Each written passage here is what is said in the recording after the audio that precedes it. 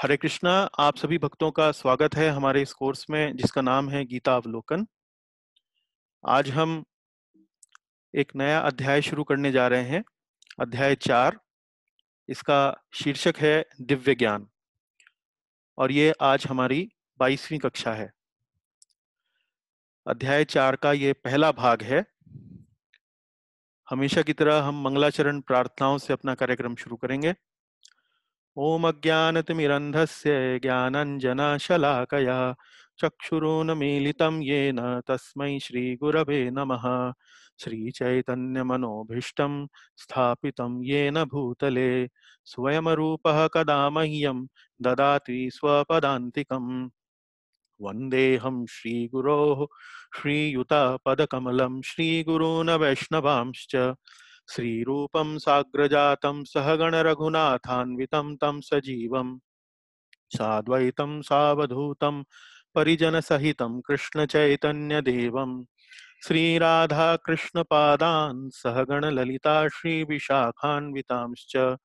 हे कृष्ण करुणा सिंधो दीनबंधो जगत्पते गोपेश गोपिका कांत राधा कांत नमस्तुते। तप्त कांचन गौरांगी श्रीराधे वृंदावनेश्वरी वृषभानुसुते देवी प्रणमामि हरिप्रिये। वाञ्छाकल्पतरुभ्यश्च कृपा सिन्धुभ्य एव च पतितानां पावनेभ्यो वैष्णवेभ्यो नमो नमः। जय श्री कृष्ण चैतन्य प्रभु नित्यानंद श्री अद्वैत गदाधर श्रीवासादि गौर भक्त वृंद। हरे कृष्ण कृष्ण कृष्ण हरे हरे, हरे राम राम राम हरे हरे। चलिए, अभी काफी दिन हो गए हैं तो एक बार मैं फिर से पुनः ये जो स्वागतम वाली स्लाइड है जिसमें परिचय और कोर्स के बारे में बताया गया है, मैं आप सबके सामने दोहराना चाहूंगा। काफी नए भक्त भी जुड़ चुके हैं हमारे इस कार्यक्रम से, तो उनके लिए हो सकता है शायद पहली बार हो। तो मेरा परिचय है, मेरा नाम है केशव गोपाल दास, ये मेरा दीक्षा का नाम है। मेरा लीगल नाम अनुराग गुप्ता है। मेरी आयु 47 वर्ष की है और मैं विवाहित हूँ। वर्तमान समय में मैं बेंगलोर में स्थित हूँ और एक मल्टीनेशनल कंपनी जिसका नाम शेल है उसमें मैं एक हीट ट्रांसफर इंजीनियर के पद पर कार्यरत हूँ। मेरा गीता का अध्ययन लगभग 15-16 वर्ष का है और भगवान की प्रेरणा से, गुरुदेव की प्रेरणा से मैं अब इस जानकारी को अन्य भक्तों के साथ भी बांटने का प्रयास कर रहा हूँ। जिस कोर्स में आप भाग ले रहे हैं उसकी अवधि लगभग 1 साल है। उसमें कुछ 2-3 महीने अधिक ही हो सकते हैं, कम होने की तो मुझे अभी गुंजाइश नहीं लग रही है। अध्यापन जिस तरह से हम कर रहे हैं उसमें हम भगवत गीता को अध्याय एक के बाद एक पढ़ रहे हैं, एक एक श्लोक ले रहे हैं। जिस क्रम में श्लोक आता है उसी क्रम में हम श्लोक को पढ़ने का और समझने का प्रयास कर रहे हैं। तो एक अध्यायों का प्रभाव भी इसमें है, श्लोकों का प्रभाव भी इसमें है, दोनों को ही हम साथ लेकर चल रहे हैं। और बीच बीच में जैसे जैसे 3-4 कक्षाएं हो जाती हैं उसके बाद हम जो भी हम कक्षा में सीखते हैं समझते हैं उसको एक क्विज के माध्यम से, एक प्रश्नोत्तरी के माध्यम से हम रिवाइज करने का प्रयास करते हैं। तो 4 कक्षाओं के बाद एक क्विज का हम ऑर्गेनाइज करते हैं जिसमें जो 4 कक्षाओं में हमने पढ़ा उसे पुनः रिवाइज करते हैं। इससे बात को समझने की, गहराई में पहुंचने की हमें मतलब मौका मिलता है और चीज अच्छे से समझ में आती है। श्लोकों को स्मरण पर भी हम थोड़ा बल देते हैं क्योंकि गीता का पाठ करना भी बड़ा ही शुद्ध करने वाला होता है, बड़ा ही पावनकारी होता है। देखिए, भौतिक जगत में कोई भी वस्तु फ्री में नहीं मिलती है, मुफ्त में नहीं मिलती है। और इस कोर्स में भी जब तक हम अपने उत्साह को, अपने धैर्य को और अपने निश्चय को निवेश नहीं करेंगे, हमें भगवत गीता के ज्ञान का फल नहीं मिल पाएगा। तो इसमें आपकी तरफ से जो प्रयास होना चाहिए वो ये है कि आप उत्साह रखें, धैर्य रखें। कोई चीज यदि आपको पहली बारी में नहीं समझ में आती है तो धैर्य रखें। धीरे धीरे प्रयास करने से वो समझ में आएगी। और निश्चय रखिए कि मुझे ये कार्यक्रम, ये कोर्स जो मैंने ज्वाइन किया है उसको 1-1.25 साल जो भी इसमें लगेगा उसको पूरा करेंगे। इससे आपको भगवत गीता जैसे एक महान ग्रंथ के बारे में अच्छी जानकारी मिलेगी। इसकी जो पाठ्य पुस्तक हमने रखी है वो है भगवत गीता यथारूप। वो इस्कॉन संस्था के संस्थापक आचार्य शिला एसी भक्तिवेदांत स्वामी शिला प्रभुपाद जी द्वारा टीका इसमें करी गई है। तो हम इसी पुस्तक को अपनी एक पाठ्य पुस्तक के रूप में लेके चल रहे हैं। और कक्षा में आपकी कोई भी आध्यात्मिक शंका है, कोई भी प्रश्न, कोई भी आपका प्रश्न है, तो कक्षा के बाद भी आप पूछ सकते हैं। कक्षा के बाद हम 10-15 मिनट का समय रखते हैं चर्चा के लिए, उस दौरान भी आप पूछ सकते हैं। लेकिन उसके बाद भी यदि आपको कोई शंका रहती है तो फोन पर, व्हाट्सएप पर प्राइवेटली मैसेज करके जैसे भी है आप शंका का निवारण कर सकते हैं। कई भक्त ऑलरेडी कर भी रहे हैं, चर्चा साइड में ऑलरेडी कंटिन्यू है कई भक्तों के साथ। तो इसके साथ, इस इंट्रोडक्शन के साथ आज हम अपना अध्याय 4 शुरू करते हैं। और इसका ओवरव्यू मैप, अवलोकन मानचित्र आप अपने स्क्रीन पर इस समय देख रहे हैं। इसमें 42 श्लोक हैं, एक बड़ा अध्याय है, और प्रयास करेंगे कि हम 4 या 5 कक्षाओं में इसको पूरा करने का प्रयास करें। और एक क्विज हम भी इस पे भी करेंगे। अगर 4 कक्षाओं में पूरा हो गया तो 5वीं कक्षा क्विज होगी, 5 में हुआ तो 6ठी कक्षा क्विज रखेंगे। तो इस ओवरव्यू मैप में आप जैसे देख रहे हैं कि पहले से लेकर चौथे श्लोक तक भगवान श्री कृष्ण जो ज्ञान अभी तक वो अर्जुन को दे चुके हैं, जो नॉलेज अभी तक अर्जुन को वो दे चुके हैं, उसकी कुछ हिस्ट्री अर्जुन को बताते हैं। उसमें मूलतः वो उसको बताते हैं कि ये परंपरा से प्राप्त किया जाता है, ये जो नॉलेज है, ये जो ज्ञान है, परंपरा से प्राप्त किया जाता है। उस पर आज विशेष चर्चा हम करेंगे आज की कक्षा में, कि परंपरा से हम क्या मतलब निकालते हैं। फिर 5वें से 10वें श्लोक में भगवान श्री कृष्ण अपने जन्म के बारे में बताते हैं, क्योंकि अर्जुन उनसे एक प्रश्न पूछ लेता है, इसलिए उनको अपने जन्म के बारे में और अपने कार्यों के बारे में, क्रियाकलापों के बारे में अर्जुन को बताना पड़ता है। वे उसके बारे में चर्चा करते हैं। फिर 11वें से 15वें श्लोक में भगवान श्री कृष्ण बताते हैं कि भगवान के प्रति जो लोग आकर्षित होते हैं वो अवश्य नहीं है कि भगवान का जो पूर्ण रूप है, भगवान की जो पूर्ण समझ है, उसी को लेके वो भगवान के प्रति आकर्षित होते हों। उनकी समझ कई लेवल पर विकसित होती है और कई लेवल पर उनकी समझ होती है। तो हर लेवल पर जैसे जैसे उनकी समझ होती है, तो वो हर उस लेवल के बारे में ब्रीफली, हल्का सा, थोड़ा थोड़ा हिंट यहाँ पर अर्जुन को 11वें से 15वें श्लोक में देते हैं। देवी देवताओं की पूजा के बारे में बताते हैं, वर्णाश्रम विभाग के बारे में बताते हैं 11 से 15वां श्लोक। और फिर 16वें से लेकर 24वें श्लोक तक जो कर्मयोग के बारे में उन्होंने अपना विश्लेषण अध्याय 3 में करना शुरू किया था, वहां से एक बार फिर वो उसको, टॉपिक को दोबारा से शुरू करते हैं। 25वें से 33वें श्लोक में यज्ञ के बारे में और थोड़ा सा गहराई में जाते हैं। आपको ध्यान होगा कि तीसरे अध्याय में भी उन्होंने, जहां पर उन्होंने कर्मकांड इत्यादि के बारे में बताया था, वहां पर भी उन्होंने यज्ञ के बारे में समझाने का अर्जुन को प्रयास किया था। और फिर 34वें से लेके 42वें श्लोक तक आत्मज्ञान, यानी कि आत्मा का जो ज्ञान है, आत्मा के बारे में जो एक अनुभूति है, जो आत्म साक्षात्कार का जो हमारा जो अनुभव है, उसको प्राप्त करने के लिए क्या तरीका अपनाना चाहिए, उन तरीकों के बारे में बताया गया है। उन तरीकों के यशोगान भी उन तरीकों का किया गया है, ग्लोरीफाई भी किया गया है उन तरीकों को, जो 34वें से 42वें श्लोक में ये शीर्षक लिया गया है।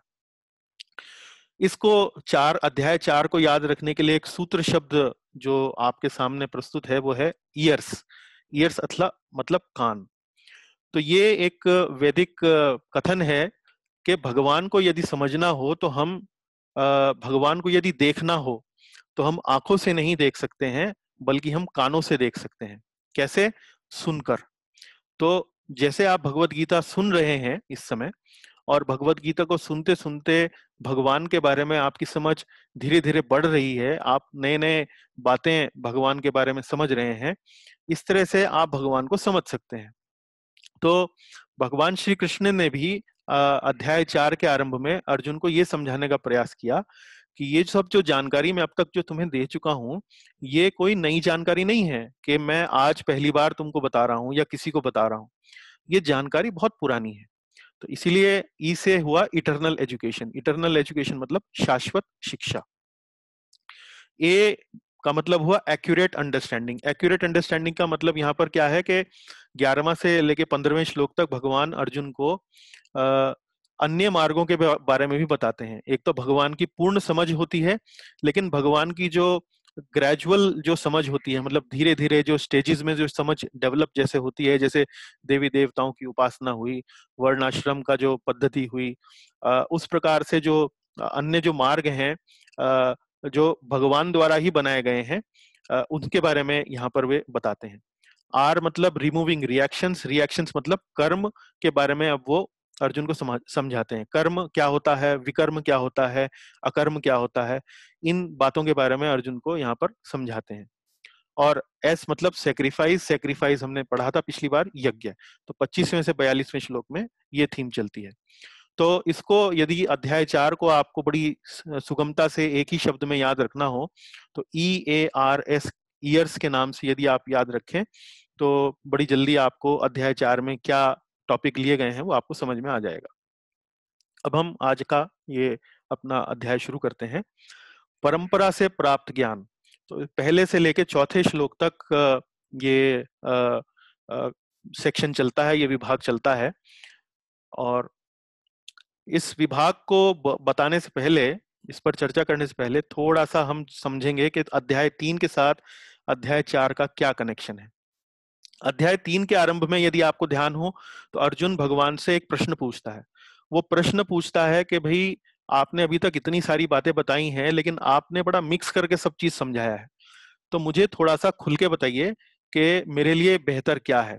मेरे लिए बेहतर युद्ध करना है या मेरे लिए बेहतर युद्ध ना करना है। तो इस प्रकार से अर्जुन अध्याय के 3 में भगवान से प्रश्न पूछता है। और अर्जुन को समझाने के लिए भगवान श्री कृष्ण एक बार फिर कर्मयोग के बारे में जो उसे वो अध्याय 2 में बता चुके थे, एक बार फिर अर्जुन को वो बताना शुरू करते हैं। इस बार जब वो अर्जुन को कर्मयोग के बारे में बताते हैं तो वो तुलनात्मक तरीके से बताते हैं। पहले कर्मयोग और ज्ञान योग का कंपैरिजन करते हैं, फिर कर्मयोग और कर्मकांड का कंपैरिजन करते हैं, फिर ये बताते हैं कि यदि तुम ज्ञान योग के स्तर पर हो तो भी तुम्हें अपने नियत कर्म से विरक्ति लेने की आवश्यकता नहीं है। उदाहरण प्रस्तुत करने के लिए तुम्हें यह कर्म करना चाहिए। फिर आगे चल के धीरे धीरे बताते हैं कि तुम्हें ये कर्म करना चाहिए और उसका फल मुझे अर्पित कर देना चाहिए। इस तरह से फिर अर्जुन बीच में एक प्रश्न पूछ लेता है कि ऐसा क्यों होता है कि लोग बाग सारे नियम जानते हैं, सारे शास्त्रों के बारे में जानते हैं, और ज्ञानवान से ज्ञानवान व्यक्ति भी क्यों अपने इन सब नियमों को जानने के बावजूद भी अपने नियत कर्म नहीं कर पाता है, क्यों उनसे वो भटक जाता है। तो फिर वहां पर एक नया टॉपिक शुरू हो जाता है, काम मतलब लस्ट। तो भगवान बताते हैं कि लस्ट और क्रोध मतलब एंगर, काम और क्रोध की वजह से ऐसा होता है। फिर ये डिस्कशन चलता है और अध्याय जो है समाप्त हो जाता है। तो अध्याय 4 के आरंभ में अब भगवान श्री कृष्ण अर्जुन को इस सब ज्ञान का जो उसे वो ज्ञान दे चुके हैं उसके इतिहास के बारे में बताते हैं। ये ज्ञान जो अब तक मैंने तुमको दिया है, ये जो नॉलेज अब तक मैंने तुम्हें दी है, ये कोई नई नहीं है, ये मैं पहली बार नहीं किसी को बता रहा हूँ, ये पहले भी मैं दे चुका हूँ। तो उसकी थोड़ी सी बैकग्राउंड, पृष्ठभूमि भगवान श्री कृष्ण अर्जुन को यहाँ पर बताना शुरू करते हैं। देखते हैं।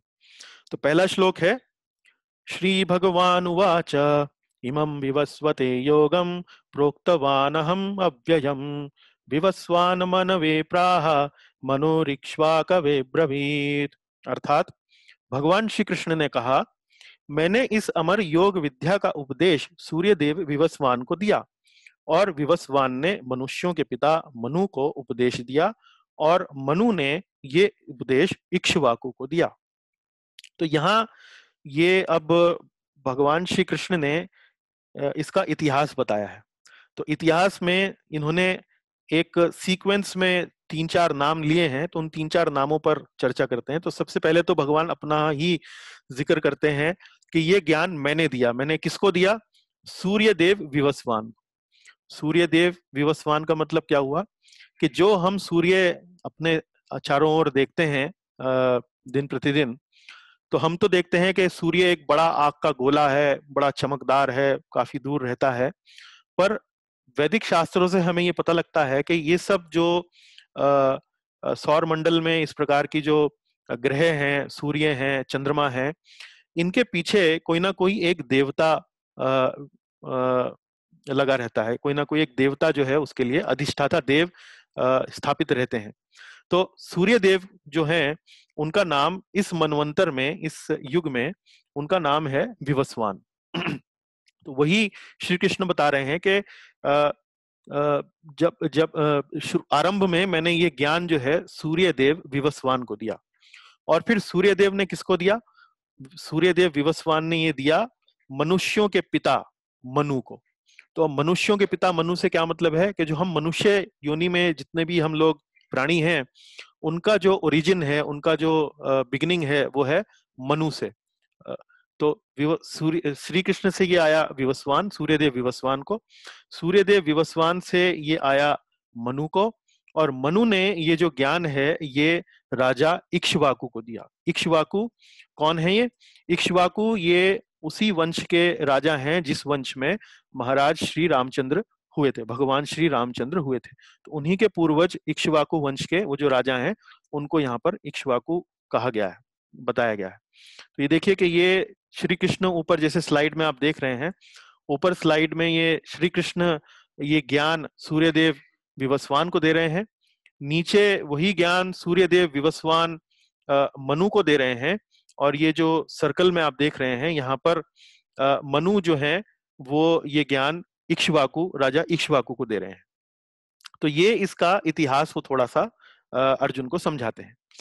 दूसरे श्लोक में भगवान आगे बोलते हैं, यहाँ पर ये गीता के ज्ञान की विशेषता एक बताते हैं, बड़ी महत्वपूर्ण विशेषता एक बताते हैं, और जिस पर आज की कक्षा में काफी समय उस पर हम लगाने वाले हैं, क्योंकि ये बड़ा ही महत्वपूर्ण है किसी भी आध्यात्मिक विचारधारा के या किसी भी आध्यात्मिक ग्रंथ के विद्यार्थी के लिए या शिष्य के लिए ये जानना बड़ा आवश्यक है कि परंपरा क्या होती है। तो इस परंपरा के बारे में भगवान श्री कृष्ण यहाँ पर दूसरे श्लोक में बताते हैं। वो कहते हैं, एवं परंपरा प्राप्तम इमं राजर्षयो विदुः सा कालेन हे महता योगो नष्टः परंतप।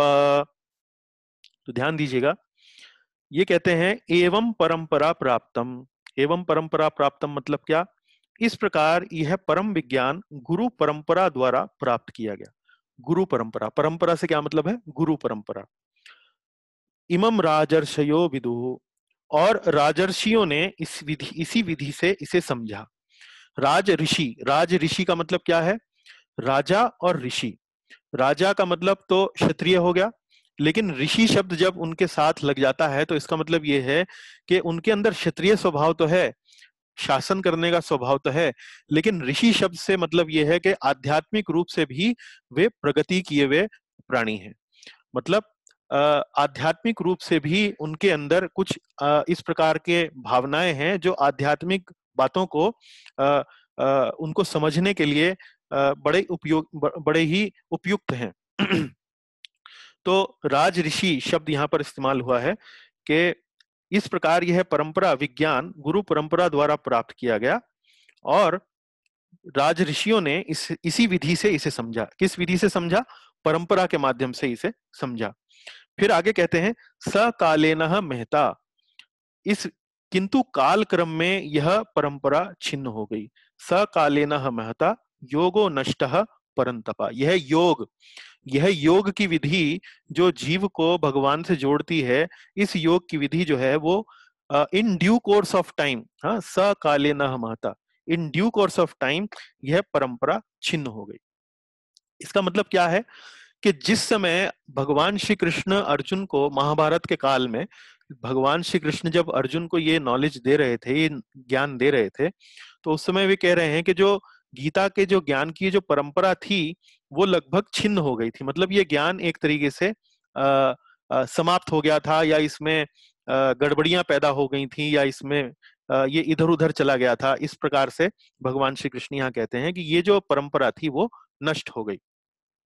अब आगे हम इसी श्लोक का मतलब पहले श्लोक में और दूसरे श्लोक में श्रील प्रभुपाद जी के तात्पर्य में कई 3-4 कोट्स हैं, 3-4 बुलेट पॉइंट्स हैं जो ध्यान देने योग्य हैं।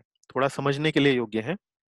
तो पहला कोट देखिए, राजन्य वर्ग को गीता की विद्या को समझना चाहिए, जिससे वे नागरिकों पर शासन कर सकें और उन्हें काम रूपी भव बंधन से बचा सके। तो ये कोट बड़ा महत्वपूर्ण इसलिए है कि यहाँ पर प्रभुपाद जी इस बात पर बल दे रहे हैं कि ये जो नॉलेज है ये विशेष रूप से लीडर्स के लिए बहुत ज्यादा जरूरी है, और लीडर्स में भी पॉलिटिकल लीडर्स के लिए बहुत ज्यादा आवश्यक है। यही बात यहाँ कह रहे हैं, राजन्य वर्ग। राजन्य वर्ग मतलब जो वर्ग शासन करता है, जो वर्ग रॉयल है, उस वर्ग को गीता की विद्या को समझना चाहिए। क्यों समझना चाहिए? ताकि वे नागरिकों पर शासन कर सकें और उन्हें काम रूपी भव बंधन से बचा सकें। शासन करने का मतलब ये नहीं है कि अपने स्वार्थ को सिद्ध करने के लिए वे जनता पर शासन करें, बल्कि जनता की भलाई के लिए।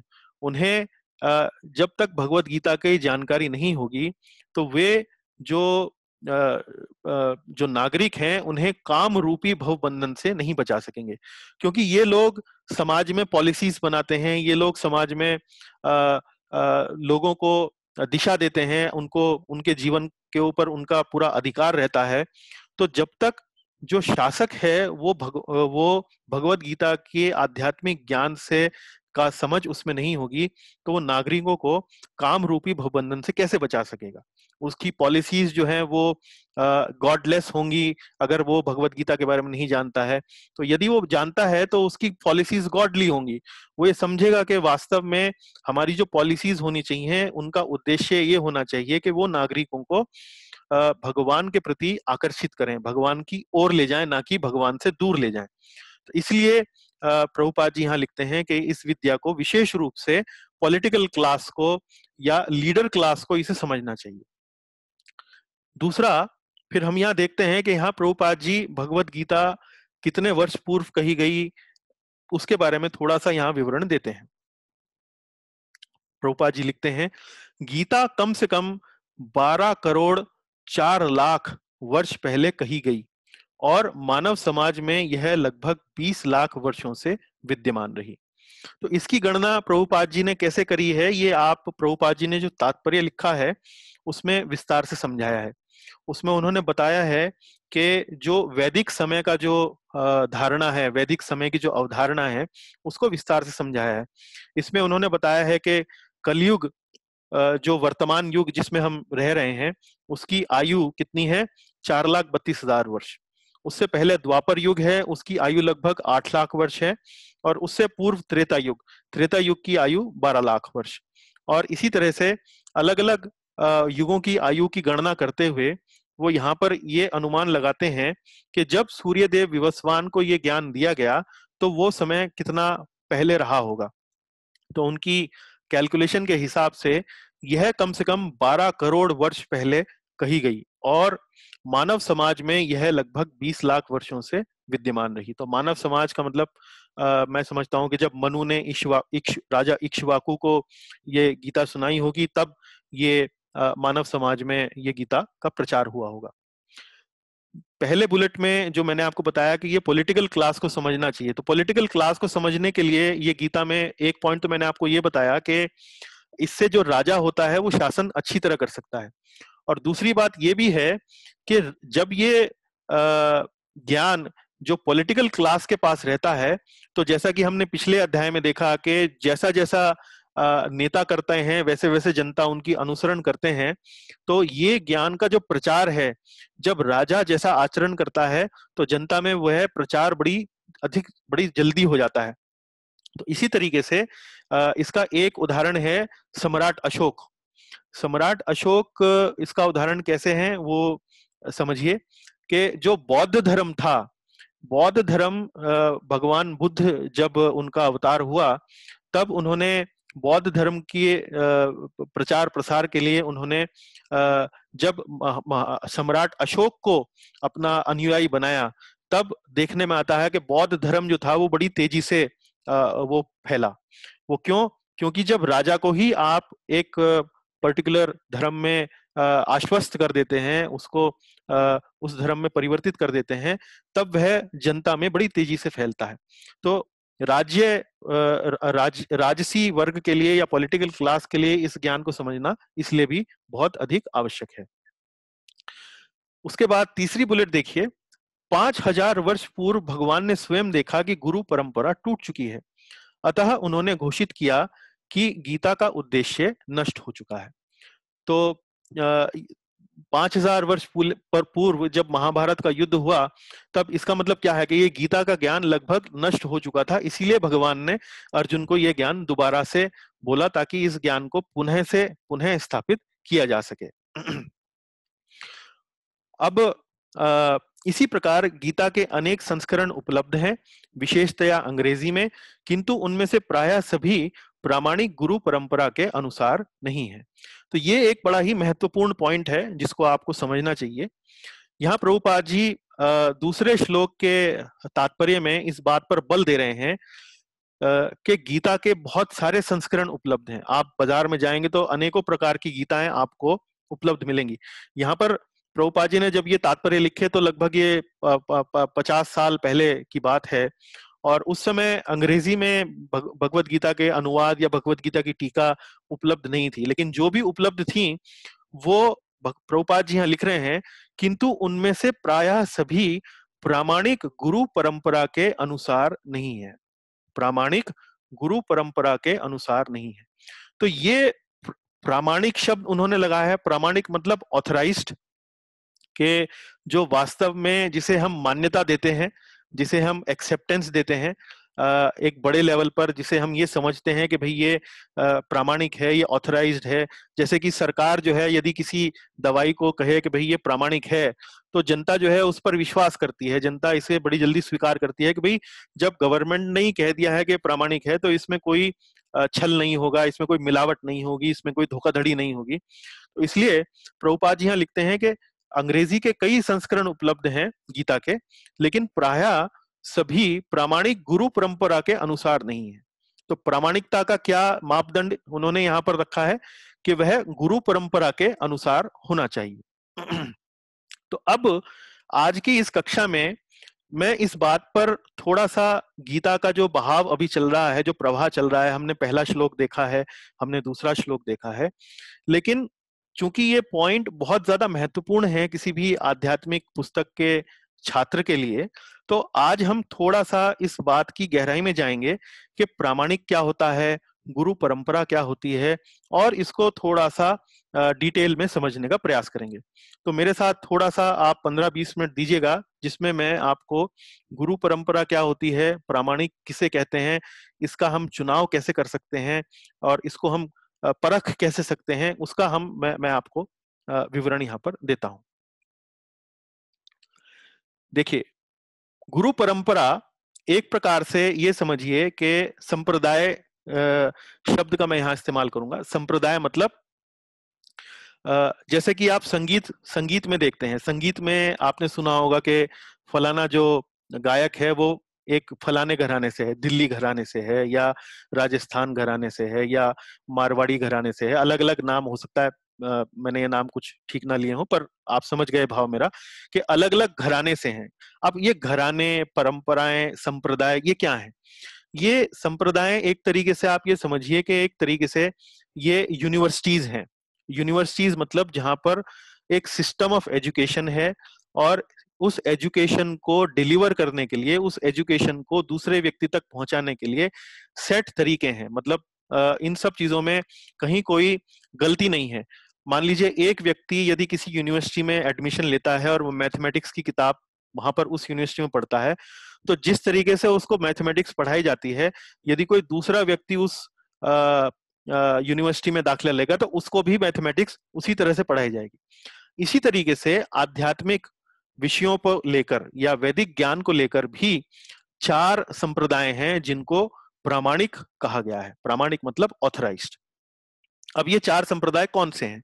ये 4 संप्रदाय देखिए, यहां पर मैंने नाम दिए उनके: ब्रह्म संप्रदाय, श्री संप्रदाय, रुद्र संप्रदाय और कुमार संप्रदाय। ब्रह्म संप्रदाय कहां से आ रहा है? ब्रह्म संप्रदाय आ रहा है भगवान श्री ब्रह्मा जी से। श्री संप्रदाय कहां से आ रहा है? श्री संप्रदाय आ रहा है लक्ष्मी जी से। रुद्र संप्रदाय कहां से आ रहा है? रुद्र संप्रदाय आ रहा है भगवान शंकर से, भगवान शिव से। और कुमार संप्रदाय कहां से आ रहा है? ये चतुष कुमार जो ब्रह्मा जी के ही पुत्र हैं, ये चार कुमारों से ये कुमार संप्रदाय आ रहा है। और इन चारों को, ब्रह्मा जी को, लक्ष्मी जी को, शिव जी को और इन चतुष कुमारों को, ये जो ज्ञान है ये कहां से मिल रहा है? ये ज्ञान डायरेक्टली कहां से मिल रहा है? उन्हें मिल रहा है भगवान श्री कृष्ण से। तो भगवान श्री कृष्ण से ये ज्ञान आया, जैसे उदाहरण के रूप में ब्रह्मा जी के पास। और ब्रह्मा जी से ये ज्ञान कहाँ गया? ब्रह्मा जी से ये ज्ञान गया मध्वाचार्य। अब ये मध्वाचार्य, रामानुजाचार्य, विष्णु स्वामी और निम्बार्काचार्य, ये चारों जो व्यक्तित्व हैं, चारों जो ये संत हैं, ये अलग अलग संप्रदाय के एक प्रकार से लीडर्स कहे जाते हैं। तो मान लीजिए यदि कोई व्यक्ति ब्रह्म मध्व संप्रदाय में इस शिक्षा को प्राप्त करे, या कोई व्यक्ति श्री और रामानुजाचार्य संप्रदाय में या लक्ष्मी जी के संप्रदाय में शिक्षा प्राप्त करे, या रुद्र संप्रदाय में ये शिक्षा प्राप्त करे, या कुमार संप्रदाय में शिक्षा प्राप्त करे, तो आप ये समझिए कि उसको वो ज्ञान मूलतः वही मिलेगा जो भगवान श्री कृष्ण ने इस समय, जिसका उन्होंने इतिहास बताया कि मैंने ये पहले ज्ञान ये विवस्वान को दिया था, इत्यादि इत्यादि, जैसे ये उन्होंने यहाँ समझाया है। तो वो ज्ञान जो है बिना किसी मिलावट के, बिना किसी तोड़ मरोड़ के, बिना किसी लाग लपेट के, ये ज्ञान शुद्ध रूप से एक हाथ से होता हुआ, दूसरे हाथ में होता हुआ, तीसरे हाथ में होता हुआ, इस प्रकार से ये ज्ञान जो है वो हम तक पहुंचता है। तो जो इस्कॉन संस्था में जो ये ज्ञान आप लोग, या ये जो नॉलेज, ये जो तात्पर्यों का जो विवरण हम लोग आपके सामने कर रहे हैं, ये जो नॉलेज है ये आपको मिल रही है ब्रह्म मध्व संप्रदाय के माध्यम से। तो शिल प्रभुपाद जी के जो गुरु हैं, उनके जो गुरु हैं, इस प्रकार से ये जो पूरी गुरु परंपरा चलती चली जा रही है, अल्टीमेटली ये कनेक्ट करती है भगवान श्री कृष्ण से। तो ये जो परंपरागत ज्ञान है, जो गुरु परंपरा में जो ज्ञान आता है, जिसमें एक गुरु दूसरे शिष्य को ये जानकारी देता है, शिष्य जो है अपने शिष्य को ये जानकारी देता है, इस प्रकार से परंपरा के माध्यम से होता हुआ हम तक पहुंच रहा है। अब आप इस बात पर प्रश्न उठा सकते हैं, या कोई भी व्यक्ति ये प्रश्न उठा सकता है कि आपको ये बात कैसे मालूम, आप हम ये बात कैसे चेक कर सकते हैं, हम इस बात की पुष्टिकरण कैसे कर सकते हैं? तो देखिए, जो आध्यात्मिक जगत में या आध्यात्मिक सर्कल्स में जिस तरह से पुष्टि की जाती है, वो होता है, पुष्टि का जो होता है वो प्रमाण होता है। तो इस पुष्टि का जो प्रमाण है वो हमें शास्त्रों में पढ़ने को मिलता है। तो दो प्रमाण मैं आपको यहाँ, शास्त्रीय प्रमाण मैं आपको यहाँ देना चाहूंगा। एक तो पद्म पुराण में आप देख सकते हैं कि जो ये चार संप्रदाय हैं उनका विवरण मिलता है कि चार संप्रदाय ये इस तरह से ब्रह्मा जी, लक्ष्मी जी, शिव जी और कुमार, इनके माध्यम से, इन चार आचार्यों के माध्यम से ये जनता तक पहुंचेगा। और गर्ग संहिता में भी इन चारों संप्रदायों के बारे में हमें जानकारी प्राप्त होती है। आगे चलते हैं। अब पहले तो आप ये कह सकते हैं कि भाई ये जानकारी हमें कहाँ से मिली? तो मैंने उसका उत्तर दिया कि भाई ये जानकारी आपको शास्त्र से मिली। शास्त्र, कौन से शास्त्र? पद्म पुराण से मिली और गर्ग संहिता से मिली। तो फिर कोई व्यक्ति जो आधुनिक युग में है, जिसका शास्त्रों को लेकर अनुभव बहुत अधिक नहीं है, वो ये कह सकता है कि सर आप ये जो कह रहे हैं कि शास्त्र से मिली, शास्त्र तो प्रेस में प्रिंट होते हैं, कोई कुछ भी लिख सकता है और कोई कुछ भी उसमें बातचीत जोड़ सकता है। तो मैं इस बात पर कैसे अपना मन टिकाऊं कि मैं जो शास्त्र से पढ़ता हूं वो वास्तव में सही जानकारी है, वो वास्तव में किसी की मनगढ़ंत कोई कल्पना नहीं है। ये वास्तव में मुझे मूल रूप से, जैसा कि आप बता रहे हैं, भगवान श्री कृष्ण से, जैसा कि उन्होंने अर्जुन को बताया या सूर्यदेव विवस्वान को बताया, उसी अनएडल्टरेटेड रूप से, बिना किसी मिलावट के, बिना किसी गलती के, वो मुझे मिल रहा है। तो इस बात पर आज हम थोड़ा सा समय और बिताएंगे, क्योंकि ये बहुत आवश्यक है समझना। क्योंकि जब तक हम इस चीज को नहीं समझेंगे तो हमारा इन पुस्तकों के ऊपर फेथ, हमारा इन पुस्तकों के ऊपर श्रद्धा जो है वो कमजोर बनी रह सकती है। तो जब हमें इस बात को समझ में आता है कि जो हम ये सब चीजें पढ़ रहे हैं, ये जो जानकारी ले रहे हैं, ये वास्तव में सब टेस्ट किया हुआ है, सब परखा हुआ है, हर प्रकार से, एक परंपरा से, एक गुरु से दूसरे गुरु, दूसरे गुरु से तीसरे गुरु, इस प्रकार से बिना किसी मिलावट के हमें मिल रहा है। तो हमारा इस जानकारी पर थोड़ा विश्वास बढ़ता है, और जब विश्वास बढ़ता है तो हम भक्ति को बिना किसी संशय से, बिना किसी रुकावट के, बिना किसी तकलीफ के, दिक्कत के वो कर सकते हैं।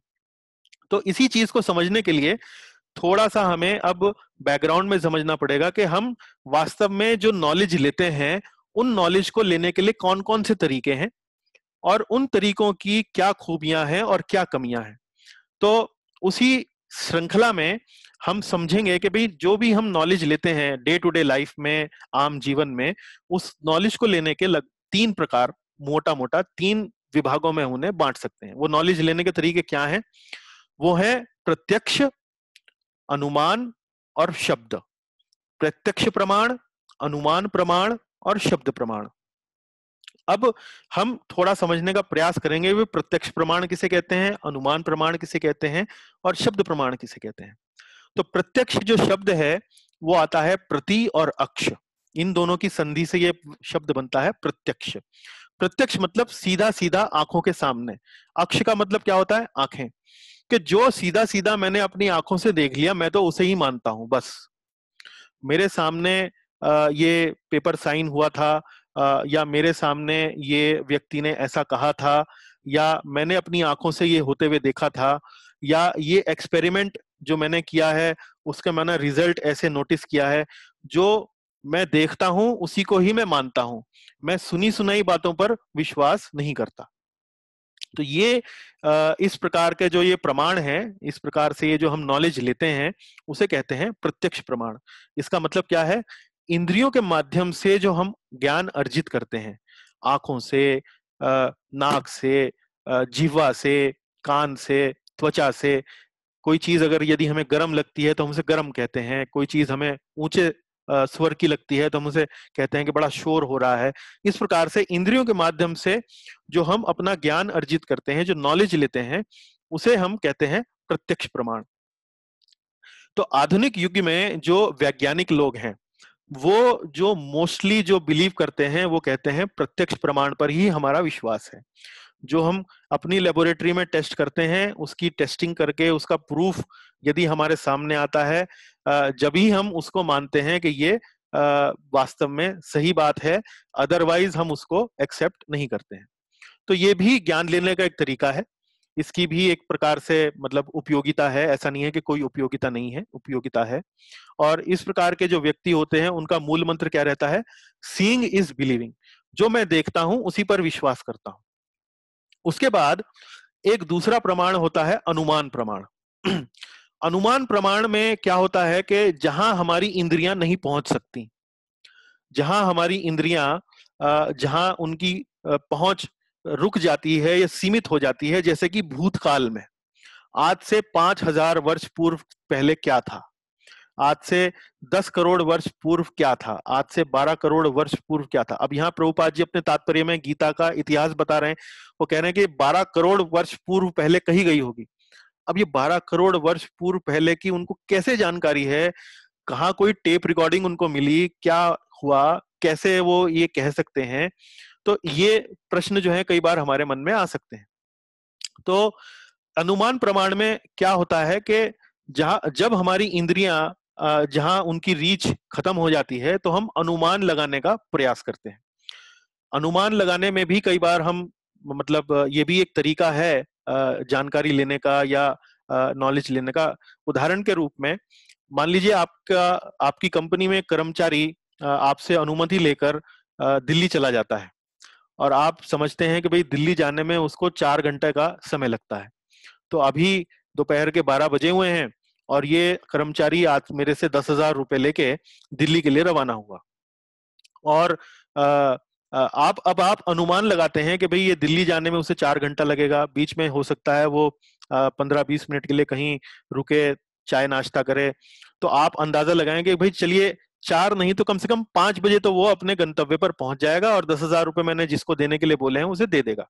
तो आप 5 बजे टेलीफोन लगाते हैं उसी व्यक्ति को जिसको पैसे जाने चाहिए थे, और आप उससे पूछते हैं भाई तुमको पैसे मिल गए, वो आदमी आ गया, वो कहता है कि हाँ अभी अभी देकर गया है। तो ये अनुमान आपने लगाया कि भाई ये ऐसे ऐसे संभव होगा, और उसी प्रकार से जब यदि आप कार्य करते हैं, डिसीजन लेते हैं, तो वो भी एक ज्ञान लेने का, एक नॉलेज लेने का एक तरीका है। इसी तरीके से जो अनुमान प्रमाण के दो एक और उदाहरण जो मैं आपको देना चाहूंगा वो है जो एक वैज्ञानिक डार्विन के नाम से हुआ। डार्विन की एक सिद्धांत था जिसमें उसने ये कहा कि भाई जो मनुष्य है उसके जो पूर्वज थे वो बंदर थे। अब डार्विन ने ये कोई लेबोरेटरी में देखा नहीं है, उसने किसी व्यक्ति को बंदर में परिवर्तित होते नहीं देखा है। उसने ये अनुमान लगाया है कि आज से कई हजार वर्ष पूर्व पहले इस प्रकार के प्राणी हुआ करते थे, बंदर हुआ करते थे, और उन बंदरों में धीरे धीरे विकास हुआ, और वह बंदर जो है विकसित होते होते होते होते आज की तारीख में जो मनुष्य जो हम देखते हैं वो वास्तव में पूर्व काल में पहले, बहुत पहले बंदर हुआ करते थे। अब ये डार्विन का एक अनुमान है, ये डार्विन ने कहीं किसी शोध कार्य से, किसी लेबोरेटरी रिसर्च से नहीं देखा है।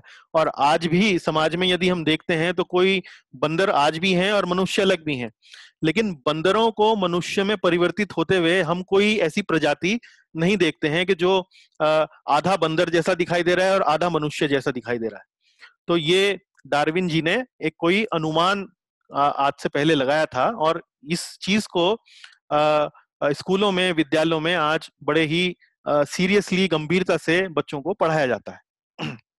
खैर, अभी डार्विन के सिद्धांत के हम बहुत अंदर नहीं जाएंगे, पर कहने का भाव ये है कि ये एक अनुमान है, ये कोई वैज्ञानिक रूप से टेस्ट किया हुआ कोई तर्क या कोई सत्य ऐसा है या नहीं है, उसके बारे में अभी संशय है। तीसरा जो आइटम है वो है, तीसरा जो प्रमाण जानकारी लेने का जो माध्यम है वो है शब्द प्रमाण। शब्द प्रमाण का मतलब क्या है कि आप जो विषय का जो जानकार है, जो सब्जेक्ट मैटर एक्सपर्ट है, आप सीधा उसके पास जाते हैं और उससे नॉलेज लेते हैं। इसमें जो प्रत्यक्ष प्रमाण है, इसमें हमें क्या करना पड़ता है, इसमें तो हमें पहले एक्सपेरिमेंट करना पड़ता है, एक्सपेरिमेंट करते हैं, उसके बाद जब उसका रिजल्ट आता है उसके बेसिस पर हम कुछ कहते हैं कि भाई हाँ ये सफल हुआ और ये मेरा जानकारी है। लेकिन जो शब्द प्रमाण है उसमें क्या है कि आपको कोई एक्सपेरिमेंट नहीं करना है। जो एक्सपेरिमेंट कर चुका है, ऑलरेडी जानकारी ले चुका है, आप सीधा उस व्यक्ति के पास जाते हैं और उससे पूछते हैं कि भाई बताओ इसका क्या मतलब है, और वो व्यक्ति सीधा सीधा आपको इसका मतलब समझाता है। और इसका मतलब ये है, सीधा सीधा आपको ज्ञान, एक जो प्रॉपर सोर्स है, जो ऑथराइज सोर्स है, उससे यदि आप कनेक्ट करते हैं तो आपको जानकारी मिल जाती है। इसके उदाहरण क्या है? उदाहरण देखिए कि डे टू डे लाइफ में आपको मान लीजिए यहाँ से कहीं 5 किलोमीटर दूर किसी स्थान पे जाना हो और आपको पता ना मालूम हो, तो आप बराबर वाले से पता पूछते हैं कि भाई ये पता बताइए, इसका पता क्या है। वो आपको पता बताता है, आप उस पते पर धीरे धीरे चलते हैं, और जैसे जैसे वो बताता है कि भाई 2 किलोमीटर चलोगे तो रेड लाइट आएगी, दाहिने मुड़ोगे तो फिर एक चौराहा आएगा, आपको वो जैसे जैसे वो बताता है आप करते रहते हैं, और बीच बीच में जो माइलस्टोन वो बताता है आपको मिलते रहते हैं। इससे आपके मन में एक एक सेटिस्फेक्शन होता है कि भाई इसने बताया था और ये आ रहा है, इसका मतलब उसने मुझे ठीक बताया था, है ना। तो अब जैसे महात्मा गांधी की जीवनी है, अब आपसे कोई कहे कि भाई आप गांधी जी से मिले हैं, कहले भाई मैं तो गांधी जी से नहीं मिला हूं। बोले पर लेकिन ये तो सब कह रहे हैं कि गांधी आज से पहले 50 साल पहले हुआ करते थे, एक बड़े महान व्यक्ति थे, स्वाधीनता संग्राम में उन्होंने भाग लिया, तो आप इसको कैसे समझ सकते हैं? बोले भी महात्मा गांधी द्वारा लिखी हुई एक जीवनी पुस्तकालय में है, उसमें उन्होंने स्वयं अपने हाथ से वो लिखी है, और आप उसे पढ़ के आप उन व्यक्ति के बारे में जान सकते हैं। तो बोले अब मैं इस पे कैसे यकीन करूं कि भाई वो उन्होंने ही लिखी थी? अब ये तो समझिए कि भाई चूंकि वो पुस्तकालय अधिकृत है, पुस्तकालय सरकारी मान्यता प्राप्त है, तो हमें ये मानना पड़ेगा कि भाई ये तो वास्तव में उन्हीं की लिखी हुई ही जीवनी है। और फिर मान लीजिए कोई आप अफवाह सुनते हैं, तो टीवी चैनल पर समाचार सुनकर आप उसे पुष्टि कर सकते हैं। आप किसी सड़क चलते व्यक्ति से नहीं पूछते हैं कि भाई अमेरिका में एक विमान गिर गया, क्या ये बात सत्य है? बल्कि आप टीवी चैनल पर जाकर देखते हैं कि भाई कोई समाचार इस प्रकार का आया है क्या, ये टीवी चैनल अगर मुझे बता रहा है कि ऐसे ऐसे विमान गिरा है, उसमें इतने लोगों का निधन हुआ है, तो ये बात आप समझ सकते हैं। तो इस प्रकार से प्रत्यक्ष, अनुमान और शब्द, ये तीन प्रकार हैं जिससे हम जानकारी ले सकते हैं। तो अनुमान में हम अनुमान लगाते हैं और शब्द में हम सीधा सीधा जो शास्त्र होते हैं, जैसे भगवत गीता जैसा जो शास्त्र है, उस पर हम ये समझते हैं कि जो शास्त्र है ये वास्तव में प्रामाणिक स्रोत द्वारा लिखा हुआ है और परंपरा से यदि हमें मिल रहा है तो हम इस पर विश्वास करते हैं। अब इसमें अगली स्लाइड जो है, अगली कुछ 2-3 स्लाइड्स में मैं आपको ये बताना चाहूंगा कि प्रत्यक्ष प्रमाण में क्या कमियां हैं, अनुमान प्रमाण में क्या कमियां हैं, और शब्द प्रमाण में क्या ऐसी खूबियां हैं कि जो हमें शब्द पर अधिक विश्वास करना चाहिए, प्रत्यक्ष पर और अनुमान को इतना उस पर हमें भरोसा नहीं करना चाहिए। तो देखिए आपके सामने प्रत्यक्ष प्रमाण, हमने आपको समझाया था कि प्रत्यक्ष प्रमाण कैसे हमें पता लगता है। जैसा जैसा हमें इंद्रियां बताती हैं वैसा वैसा हम मान लेते हैं। अब प्रत्यक्ष प्रमाण यानी कि इंद्रियों पर आधारित है। अब आप ये समझिए कि हमारी इंद्रियों में 4 कमियां हैं, और यदि वे कमियां अगर अगर हमारी इंद्रियों में है तो उनके माध्यम से जो जानकारी हम लेते हैं तो वो भी त्रुटिपूर्ण या गलत हो सकती हैं। उदाहरण के रूप में, हमारी इंद्रियां अपूर्ण हैं। अपूर्ण मतलब वो कभी कभी हमें गलत जानकारी देती है। कैसे? यदि आप नींबू एक बार खाएं और नींबू खाने के बाद आप संतरा खाएं तो संतरा आपको मीठा लगेगा। हाँ, नींबू खट्टा होता है, संतरा उतना खट्टा नहीं होता जितना नींबू होता है। तो पहले आप नींबू खाएं फिर संतरा खाएं तो संतरा आपको खट्टा लगेगा। लेकिन वही संतरा यदि आप चीनी खाने के बाद खाएं तो वो संतरा आपको खट्टा लगेगा। नींबू खाने के बाद खाएंगे तो संतरा मीठा लगेगा, और चीनी खाने के बाद यदि संतरा खाएंगे तो संतरा खट्टा लगेगा। तो वही संतरा, लेकिन यदि आपने 2 विभिन्न परिस्थितियों में खाया तो आपको कभी खट्टा लगता है कभी मीठा लगता है। इसका मतलब क्या? कि हमारी इंद्रियां अपूर्ण हैं, वो हमें हर बार सही जानकारी दें ये कोई जरूरी नहीं है। फिर इंद्रियां भ्रमित भी हो सकती हैं। भ्रमित होने का क्या मतलब? कभी कभी जब हम रेगिस्तान में जाते हैं तो देखते हैं कि रेत जो है वो पानी जैसी लगती है, पर वास्तव में वहां पानी नहीं होता है। तो ये इंद्रियां भ्रमित भी होती हैं। हमारे अंदर गलती करने की प्रवृत्ति भी होती है। कई बार हम चीजों को सही रूप में नहीं समझते हैं।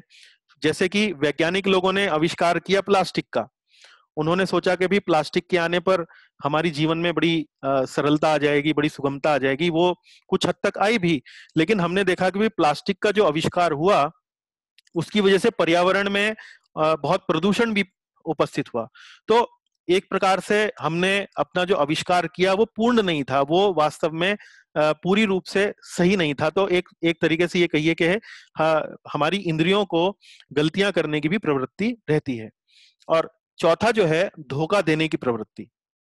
धोखा देने की प्रवृत्ति मतलब कई बार हम अपने जीवन में देखते हैं कि हम कोई कमिटमेंट कर देते हैं कि भाई मैं तो ये कार्य इतने समय तक पूरा कर दूंगा या इतने बजट में पूरा कर दूंगा। लेकिन जब हम उस कार्य को उस समय पर नहीं कर पाते हैं तो हमारी इच्छा झूठ बोलने की रहती है ताकि हम अपना नाम बचा सकें, अपना यश बचा सकें। इस प्रकार से धोखा देने की प्रवृत्ति रहती है। तो डार्विन के सिद्धांत को भी लेकर कई बार जब ऐसे सबूत मिले, जब ऐसे प्रमाण मिले कि जो डार्विन के सिद्धांत को विपरीत उसको सिद्ध करते थे या उसको गलत साबित करते थे, तो कई वैज्ञानिकों के ऐसे विवरण सामने आते हैं जिन्होंने उन प्रमाणों को दबाने का प्रयास किया, उनको गलत तरीके से उनका शोषण करने का प्रयास किया। तो कहने का भाव ये है कि प्रत्यक्ष प्रमाण जो कि इंद्रियों पर आधारित है, उसके माध्यम से जो हम ज्ञान लेते हैं उसमें त्रुटियां हो सकती हैं। अब आपके सामने यहाँ पर देखिए कि एक एक टेबल दिखाई गई है, या आप यहाँ इस टेबल को देख सकते हैं या 2 व्यक्ति आमने सामने एक दूसरे को देख रहे हैं, किसको देख सकते हैं? तो किसी को 2 व्यक्ति दिखाई देंगे या किसी को एक टेबल दिखाई देगी। उसी तरीके से ये जो एक महिला का यहाँ चित्र है, इसमें एक यंग महिला का भी चित्र है और एक बूढ़ी महिला का भी चित्र है। तो किसी को यंग महिला दिखाई देगी, किसी को कोई बूढ़ी महिला दिखाई देगी।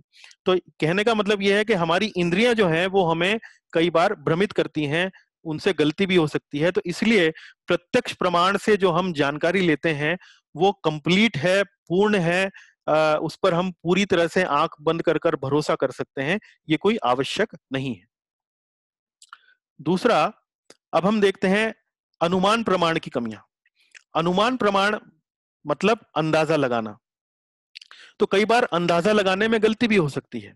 जैसे कि उदाहरण के रूप में मान लीजिए आप एक कमरे के बाहर खड़े हैं और कमरे के अंदर से आपको लड़ाई झगड़े की आवाज सुनाई दे रही है, और लड़ाई झगड़ा करने वालों की आवाज भी आप पहचानते हैं, एक महिला है एक पुरुष है, और आप ये सोचते हैं कि महिला जो है वो पुरुष को बहुत झगड़ा कर रही है, इसका मतलब उनके बीच में संबंध खराब हो गए हैं, और ये बात आप बाहर जाकर सबको बता देते हैं।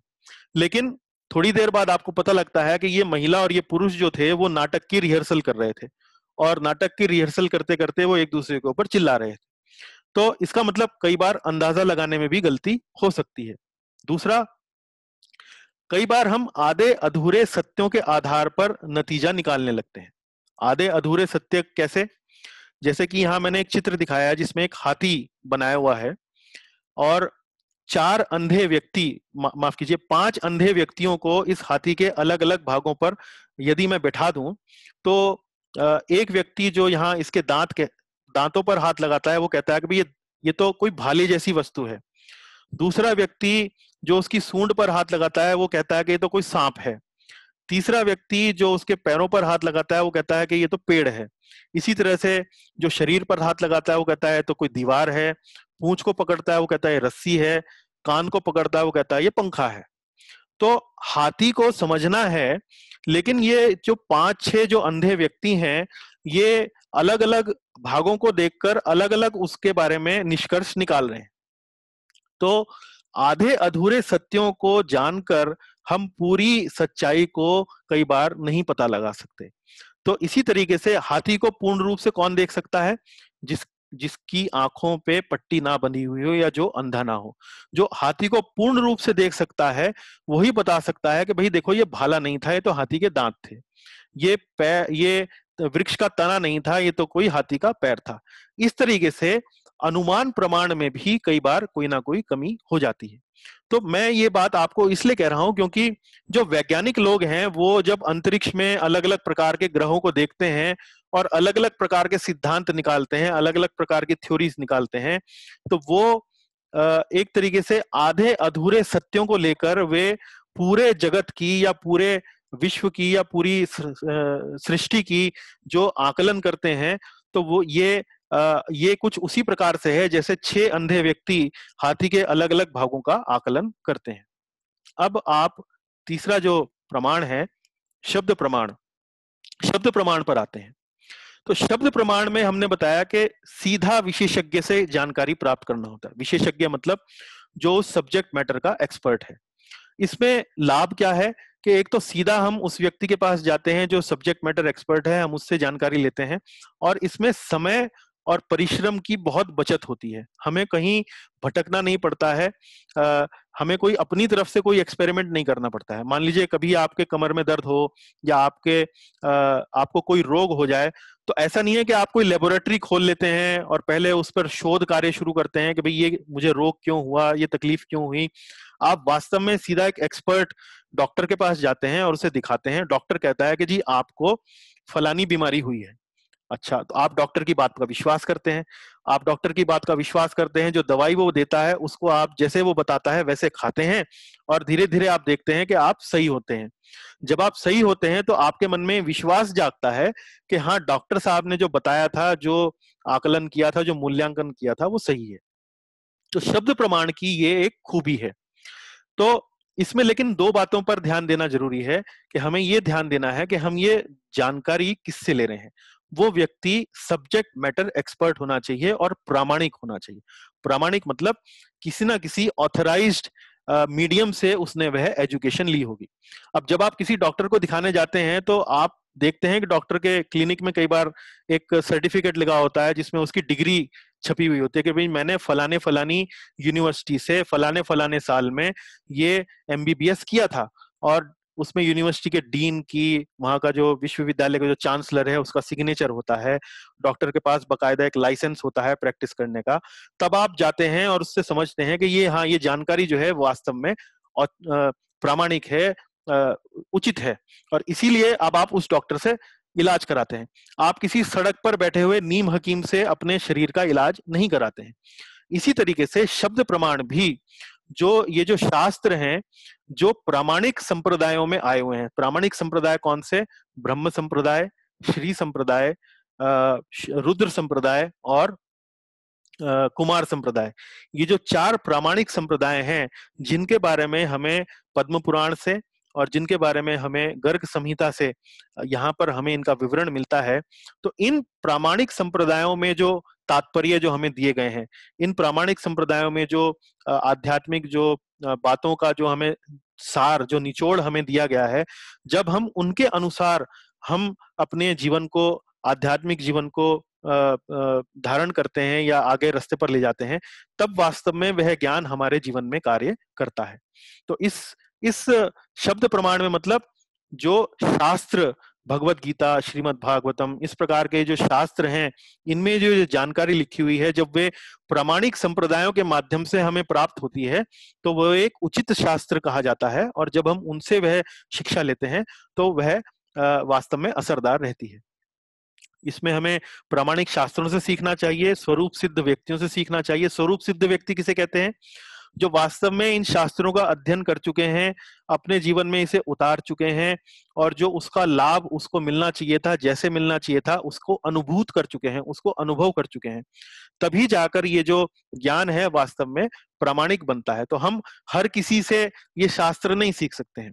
हर किसी से जो कहता हो कि भाई मुझे ये बात फलाने व्यक्ति से है, तो आप तुरंत उससे पूछें भाई आप कौन सी संप्रदाय से हैं, आप कहाँ से आए हैं, आपका क्या, आपके गुरु कौन है, आपने किन से ये शिक्षा ली है। तो जब आप ये पूरा प्रॉपर चेक करते हैं, तभी उस ज्ञान को यदि आप लेंगे, तभी वह ज्ञान आपके लिए असरदार रहेगा। और इसका टेस्टिंग क्या है? टेस्टिंग ये है कि जब आप इस ज्ञान को प्रैक्टिस करते हैं, जब इस ज्ञान को आप अपनाते हैं, तो उस ज्ञान में जो माइलस्टोन्स बताए गए हैं कि भाई यदि आप ऐसे करेंगे तो आपको प्रसन्नता प्राप्त होगी, तो आप काम से आपकी मुक्ति हो जाएगी, क्रोध पर आपका नियंत्रण हो जाएगा। तो जब आप इस ज्ञान को अपने जीवन में धारण करने लगते हैं और देखते हैं कि भाई हाँ, मुझे जैसा जैसा इन्होंने बताया है उसके आधार पर वास्तव में मुझे अनुभव भी हो रहा है, तब आप उसको वास्तव में उस पर आपका विश्वास जमने लगता है, तब आप उसको अपनाने लगते हैं।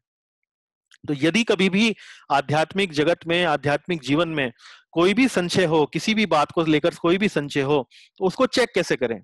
उसको चेक करने के 3 तरीके हैं। आपका जो गुरु है, आपका जो टीचर है, जिससे आप वो नॉलेज लेते हैं, उसको उस पर एग्री करना चाहिए। फिर दूसरा एग्रीमेंट कहाँ होना चाहिए? जो साधु मतलब जो अन्य गुरु के अलावा जो अन्य साधु गण हैं, जो वैष्णव परंपरा में आते हैं, या इस प्रकार की जो 4 संप्रदाय हमने आपको बताए हैं, उसमें यदि वे आते हैं, वे भी यदि उसकी पुष्टि करें, तो वो दूसरा चेक हो गया, तो उसको समझना चाहिए, मानना चाहिए। और तीसरा हो गया शास्त्र। शास्त्र मतलब गुरु वही पढ़ाता है जो शास्त्र में लिखा होता है, और साधु भी शास्त्र को ही फॉलो करता है। तो गुरु और साधु जब भी कोई बात आपको कहेंगे, तो वो शास्त्रों से ही उद्धृत कर कर आपको बताएंगे कि भाई शास्त्र में ऐसा लिखा है। तब संशय होने पर आप ये 3 पार्टी चेक यदि आप करते हैं और तीनों एग्री करते हैं, तब आप वो समझ सकते हैं कि ये जो आध्यात्मिक ज्ञान मुझे मिला है वो वास्तव में प्रामाणिक है, उपयोगी है, और मैं इस पर अपना जीवन जो है वो निर्भर कर सकता हूं। तभी जाकर आप वास्तव में किसी भी आध्यात्मिक जानकारी को अपने जीवन में सही रूप से उसका लाभ ले सकते हैं। तो ये बात बतानी आवश्यक क्यों थी? ये बात बतानी इतनी विस्तार से आवश्यक इसलिए थी क्योंकि आज का जो जीवन है, आधुनिक समाज में जो जीवन है, उसमें ये व्हाट्सएप हुए, ये आपके ईमेल हुए, अखबार हुए, इन सब में हर व्यक्ति जो ये आध्यात्मिक विषयों के जो टॉपिक्स हैं, जो ये इनके बारे में जो लिखा जाता है, इनके बारे में जो पढ़ाया जाता है, उनमें हर व्यक्ति अपनी मंशा, अपना विचार, एकेडमिक इंटेलिजेंस, इन सबको मिला जुला के जब वो प्रस्तुत करता है, तो वो जरूरी नहीं है कि ये परंपरागत ज्ञान के अनुकूल हो, या परंपरा में जो आया हुआ जो ये एक प्रामाणिक रूप से जो हमें नॉलेज मिलती है उनको सेटिस्फाई करता हो, उन पैरामीटर्स को मीट आउट करता हो। तो हम जब भी कोई भी आध्यात्मिक जीवन में जब हमें कोई मैसेज मिलता है, जो कोई हमें पढ़ने के लिए पुस्तक मिलती है, अखबार में कोई लेख मिलता है, तो हमें ध्यान से उसको पढ़ना चाहिए और ये समझना चाहिए कि ये वास्तव में ये जो लेख आया है, इसके पीछे कौन सी परंपरा से जुड़ा व्यक्ति है, कौन से संप्रदाय से जुड़ा व्यक्ति है, कौन इस व्यक्ति के गुरु हैं, ये व्यक्ति स्वयं क्या वास्तव में इसका अभ्यास करता है, क्या इसकी प्रैक्टिस करता है। तो जब तक हमें ये सब चीजों का निश्चित ना हो, उस चीज को हमें स्वीकार नहीं करना चाहिए, उस चीज को हमें ध्यान से समझना चाहिए।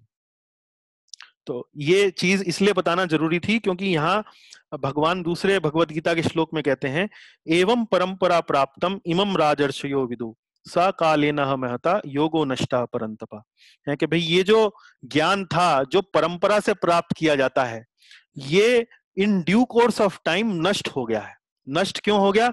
क्योंकि परंपरा खत्म हो गई। परंपरा की जो बीच में जो चेन थी वो कभी खत्म हो गई। एक गुरु के बाद ये जो ज्ञान था किसी दूसरे व्यक्ति को नहीं मिल पाया, और उस किसी और व्यक्ति ने बिना किसी गुरु के या बिना किसी अधिकृत सोर्स के उस नॉलेज को लिया और उसमें अपनी मिलावट करी और उसको पढ़ाना शुरू कर दिया। तो इस तरह से भगवान कहते हैं कि ये जो योग की ये जो परंपरा थी, ये जो ज्ञान की जो परंपरा थी, ये in due course of time नष्ट हो गई, और आज इसीलिए मैं ये ज्ञान तुमको दोबारा से समझा रहा हूं। तो आज की हम कक्षा यहीं तक सीमित रखेंगे, लेकिन ये एक बड़ा ही महत्वपूर्ण विषय था ताकि जो ये हमारे जो आप भक्तगण जो इस कार्यक्रम से जुड़े हैं वो ये समझ पाए कि ये जो विषय है ये कोई ऐसा विषय नहीं है कि एंटरटेनमेंट का विषय है। ये एक गंभीर विषय है, और गंभीर विषयों में जो हम नॉलेज लेते हैं तो उसकी नॉलेज की जो परख है, जो उसकी जो अथॉरिटी है, या जो उसकी जो सैंक्टिटी है, ट्रुथफुलनेस है, उसको हम परख के, उसको हम जानकारी से अच्छी तरह से जांच परख कर तभी हम उस पर यदि अमल करें तो वो हमें लाभ देगी। तो आज की कक्षा में हालांकि मैंने एक दो श्लोक और सोचे थे आपको पढ़ाने के लिए, लेकिन चूंकि समय आज पूरा हो गया है तो हम अगली कक्षा से इसको पुनः लेंगे। तो इसी के साथ मैं आज की कक्षा को विश्राम देता हूं। श्रीमद् भगवत गीता की जय, श्रील प्रभुपाद की जय। आपका यदि कोई प्रश्न या कोई टिप्पणी हो तो हम उस पर अब चर्चा कर सकते हैं। धन्यवाद।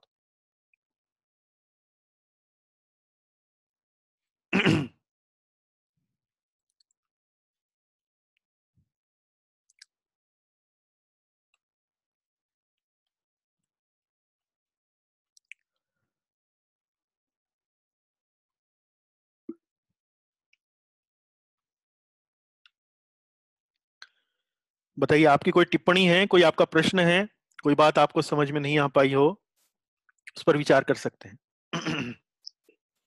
हरे कृष्णा प्रभु जी। हरे कृष्णा राकेश जी। प्रभु जी, जैसे आपने बताया, ये कैसे पता चले कि ये व्यक्ति, अमुक व्यक्ति जिससे हम ज्ञान प्राप्त कर रहे हैं, स्वरूप शुद्ध है या नहीं है? स्वरूप सिद्ध है या नहीं है, ये आपको एक तरीके से जब आप उस व्यक्ति के साथ आचरण करेंगे, जब आप उस व्यक्ति के साथ व्यवहार करेंगे, तो एक आपको इस बात का आभास होने लगेगा कि ये वास्तव में स्वरूप सिद्ध है या नहीं है। और दूसरा, आप ये समझिए कि जो व्यक्ति इन शास्त्रों के आधार पर जो आपको पढ़ाएगा, उसके लक्षण आपको भगवत गीता में बताए गए हैं, जो स्वरूप सिद्ध व्यक्ति है। जैसे कि 14वें अध्याय में, आप तो हमारी अंग्रेजी की कक्षा में भी आते हैं, तो 14वें अध्याय में ऐसे व्यक्ति के लक्षण बताए गए हैं जो गुणातीत है ना। गुणातीत व्यक्ति के क्या लक्षण बताए गए हैं? गुणातीत के व्यक्ति के लक्षण, जैसे मैं आपके लिए पढ़ रहा हूं अभी 14वें अध्याय से, कि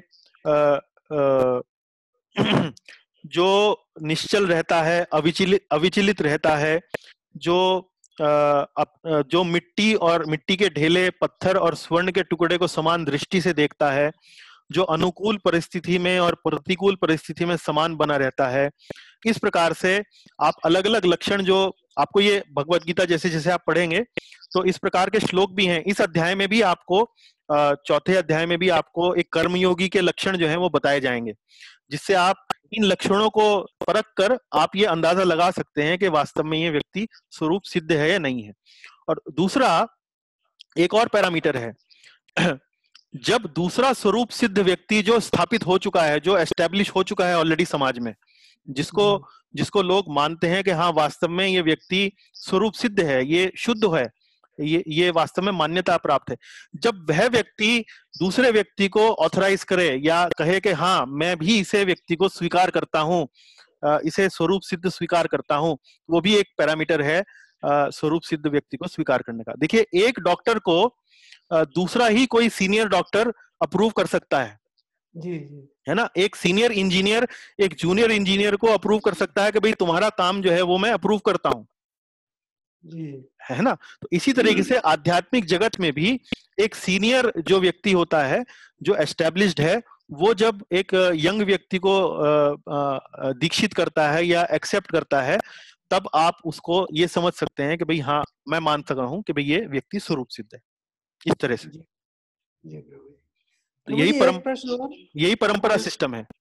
जी प्रभु, ये कैसे पता चले कि ये ब्रह्मपरा से हैं या श्री परंपरा से हैं या कुमार परंपरा से हैं? आप पूछ सकते हैं उनसे, आप स्वयं जाकर उनसे पूछ सकते हैं कि जी आपकी परंपरा, आप कौन सी परंपरा से आते हैं, आपका संप्रदाय कौन सा है। जैसे कि मैंने आपको स्पेसिफिकली बताया कि हम ब्रह्म ब्रह्म मध्व परंपरा। गौड़ीय वैष्णव संप्रदाय से आते हैं।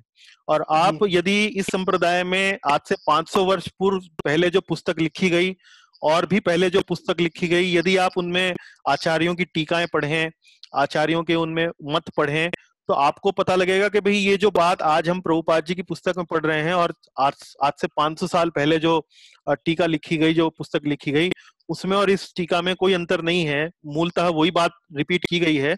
तो आपका विश्वास बन जाएगा। जी प्रभु जी, बहुत बहुत धन्यवाद प्रभु जी। क्योंकि ये विषय बहुत आवश्यक था समझाना और समझना, ताकि जी लोगों को अब मान लीजिए व्हाट्सएप पे हम मैसेज भेजते हैं, जी व्हाट्सएप पे हमने कहीं भी देखा, कहीं कर्म योग लिखा है, कहीं ध्यान योग लिखा है, अरे भाई ये तो कोई आध्यात्मिक चीज है, चल भाई एक फॉरवर्ड मारा, चल भाई चल आप पढ़ लो। हमें नहीं मालूम वो कहाँ से आया, हमें अंदाजा नहीं है कि उसमें जो बात कही गई वास्तव में शास्त्रों के अनुकूल कही गई, शास्त्रों के अनुसार कही गई। तो इस तरह से हम अनजाने अनजाने में हर चीज को सही समझ लेते हैं जो आध्यात्मिक जैसी दिखती है, पर वास्तव में शास्त्रों के जो विचार हैं, शास्त्रों का जो निचोड़ है, उनसे अलग होती है या उनसे गलत दिशा में होती है। जी प्रभु जी। तो हरे इसके कृष्ण ऊपर ही प्रभु प्रभु जी। जी आपने हाँ, हरे जो कृष्ण। बोला था जी प्रभु। कि गीता भी अलग अलग लोगों ने लिखी है और अलग अलग लोगों ने इसके ऊपर टीका की है, अलग अलग लोगों ने उसके ऊपर अपने विचार प्रकट किए हैं। जी। तो जो हम अभी जो गीता पढ़ते हैं वो भी ऑथेंटिक है या अभी भी बाकी लोगों ने भी बहुत कुछ लिखा है, तो वो भी कैसे हम लोग समझ सकते हैं कि भाई यही श्लोक तो आई थिंक ऑलमोस्ट सेम रहेंगे, लेकिन उसके ऊपर जो लोगों ने कुछ भाष्य किया या कुछ लिखा है तो यही सही है, और बाकी लोग, क्योंकि मार्केट में तो बहुत सारे लोगों ने इतनी सारी पुस्तकें और ये गीता लिखी है, तो वो भी हम कैसे जान सकते हैं उसके बारे में कुछ आप हाँ, उसमें गीता बोल में आप सकते हैं? तो जो जैसे ऑथर है उसका, जो उस गीता का जो ऑथर है, आप उसकी परंपरा या उसके संप्रदाय के बारे में जानकारी प्राप्त करें कि भाई आप कौन से संप्रदाय से हैं, आपने कौन से संप्रदाय में दीक्षा ली है, आप प्रैक्टिस करते हैं नहीं करते हैं। कई बार पॉलिटिशियंस गीता पे टीका लिख देते हैं, पॉलिटिशियंस गीता पे टीका लिख सकते हैं, लेकिन वो किसी संप्रदाय से आते हैं नहीं आते हैं उसकी कोई जानकारी नहीं है ना। तो ये जो चार प्रामाणिक संप्रदाय मैंने आपको जो बताया कि पद्म पुराण में बताया गया है और गर्ग संहिता में भी बताया गया है, तो इन चारों संप्रदायों के अतिरिक्त यदि आप कोई पुस्तक गीता की टीका यदि आप पढ़ते हैं, तो थोड़ा सा आप केयरफुल रहिए, क्योंकि उसमें जो शास्त्रों का जो विवरण होगा, जो बात जो कही जाएगी, उसमें भूल चूक हो सकती है। ओके ओके, जी धन्यवाद प्रभु जी। जी, धन्यवाद। प्रभु जी, जनक बोल रहा हाँ हूँ। हरे जनक जी कृष्ण। बताइए। हाँ जनक जी बताइए। मुझे मुझे क्वेश्चन है कि जो आप उस संप्रदाय के बात आपने बताया कि ब्रह्म से रुद्र कुमार से मध्वाचार्य, रामानुजाचार्य, विष्णु स्वामी, निम्बाकाचार्य, तो हमारे वैष्णव के से वल्लभाचार्य किधर आते? वल्लभाचार्य आपके रुद्र संप्रदाय में आते हैं। इसका नाम क्यों नहीं है? वो संप्रदाय में कहीं लाइन में है, वो मुझे पूरी एग्जैक्ट सीरीज नहीं याद है अभी, लेकिन आपके जो वल्लभाचार्य जी हैं वो रुद्र संप्रदाय में आते हैं। विष्णु स्वामी के अंडर आते हैं प्रभु जी वो। जी। वल्लभाचार्य ने भी भगवान से डायरेक्ट नाम लिया था ने। वल्लभाचार्य जी ये आपके आते हैं रुद्र संप्रदाय, तो ये भगवान शंकर वाला जो संप्रदाय चला आ रहा है ये वहां से आते हैं। उसकी डिटेल क्या है वो हम मतलब खोज सकते हैं, उसके बारे में जानकारी ले सकते हैं। मैंने आपको हाई लेवल मोटा मोटा यहाँ पर समझाने का प्रयास किया है। जरूर। जरूर। जी। आप अपने संप्रदाय में जाकर इसकी थोड़ी सी जानकारी कीजिए, आपको जानकारी मिल जाएगी। जरूर। हरे कृष्ण। हरे कृष्ण।